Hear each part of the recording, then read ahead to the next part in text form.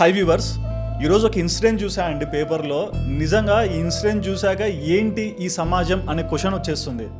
రజిత అండామా 45 ఏళ్ల వయసు, 3 పిల్లలకు తల్లి, అమీన్పూర్లో ఉంటారు మన సంగారెడ్డి డిస్టిక్లో.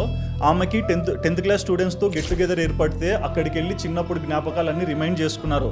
కానీ అక్కడే చోట చిన్నప్పుడు ఆమె పరిచయం ఉన్న వ్యక్తితో ఇంకా అనుబంధం ఏర్పడడంతో అక్కడి నుంచి వీళ్ళ బాండింగ్ డెవలప్ అవడంతో ఇద్దరు పెళ్లి చేసుకోవాలని డిసైడ్ అయిపోయారు. ఈ టైంలో ఈమెకి ఏంటి, నాకు భర్తను వదిలించుకోవడం ఈజీ, డివర్స్ ఇవ్వచ్చు, కానీ నాకు 3 పిల్లలు ఉన్నారు కదా, వీళ్ళని నేను ఎలా వదిలించుకోవాలన్న ఆలోచన ఆ తల్లి మనసులో బలంగా నాటుకొని పోయింది. అప్పుడు ఈమె ఏం చేసిందో తెలుసా? పిల్లలు స్కూల్ నుంచి వచ్చాక అన్నం తింటుంటే పెరగన్నంలో విషం కలిపి ఆ పిల్లలకు తినిపించేసి ఎక్కడ తన మీద నింద రాకూడదని చెప్పేసి బయట వాటర్ పట్టుకొచ్చుకుంటా అని చెప్పి వెళ్ళిపోయి, భర్త పిల్లలు ఇంకా తిన్నాక కడుపు నొప్పి అని విలువిల్లాడుతున్నారు.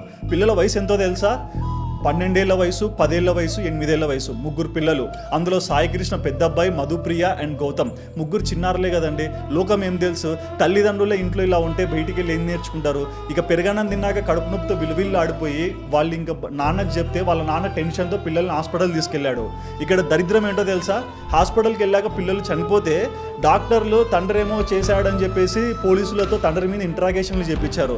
కానీ ఆ తర్వాత మళ్ళీ ఆ తల్లిని కూడా పిలిచి ఇంట్రాగేషన్ చేస్తే మొత్తం బయటపడిపోయింది. పిల్లలు లేక బయట తిరుగుతున్నారు హాస్పిటల్ల చుట్టూ, ఐవీఎఫ్ సెంటర్ల చుట్టూ. అంటే 8th మంత్లో కూడా ప్రెగ్నెన్సీ ఫెయిల్ అయినా మళ్ళీ ఇంకొకసారి పిల్లలకు జన్మనివ్వాలనే మనస్తత్వంలో ఎందరో తల్లులు ఉన్నారు. కానీ ఇటువంటి తల్లులు ఇప్పుడు బయటికి వస్తున్నారు. ఇటువంటి మనస్తత్వంలో ఆడవాళ్ళు బయటికి కనిపిస్తున్నారు. అసలు ఏంటి సమాజం, ఏం జరుగుతుంది?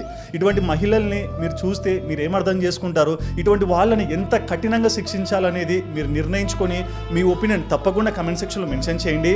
తెలుసో తెలియకో పిల్లల పట్ల ఈగోస్, జెలస్ ఏదైనా క్రియేట్ అయిన పేరెంట్స్ ఉండొచ్చు, కానీ పిల్లల పట్ల ఎటువంటి స్వభావంలో ఉండాలి? తల్లి తప్పు చేస్తే పిల్లల జీవితం ఏమవుతుంది, ఏదో తండ్రి అయినా తప్పు చేస్తే ఏమవుతుందో, అలాంటి సందర్భాలు మీకు ఎక్కడైనా కనిపించినా ప్రతి తల్లిదండ్రులకు కూడా ఈ వీడియో షేర్ చేయండి. వాళ్ళకు కూడా తెలియాలి సొసైటీ ఎంత దారుణంగా తయారైపోయిందో.